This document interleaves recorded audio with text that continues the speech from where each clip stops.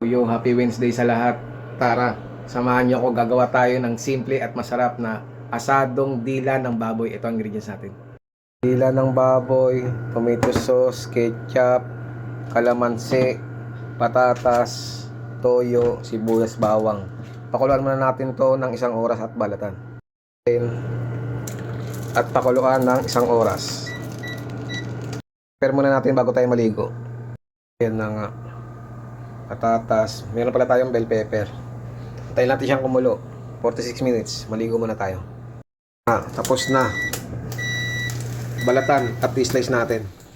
Tapos balatan at i-slice. Prito muna natin tong patatas at bell pepper.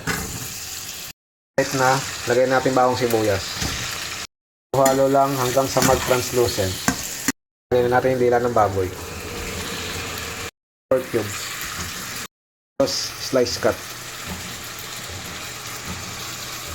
Sauce, toyo na lang, pwede na yan. Kalamansi. Sakto lang. Gamitan ng Japan. Pepper.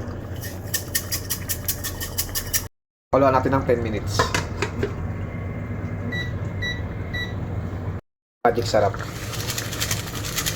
Kalahati lang. Luto na. Dila ng baboy, asado. Pork tang asado yan, men. No? Lami. Lami kayo. Tikman na natin yan. Yummy, men. No? Lami.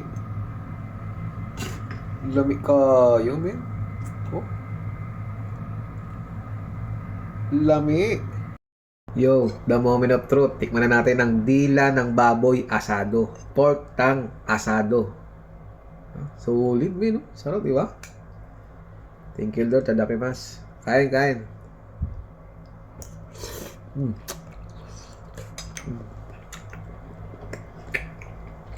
Ingat.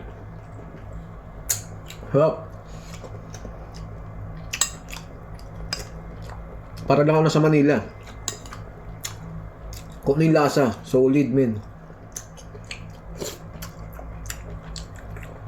Sabaw pa lang. Nakaparami ka ng kain. Buti na lang di na nagkakanin. Ulam-ulam lang. Sapat na. Sarap, men. Holy.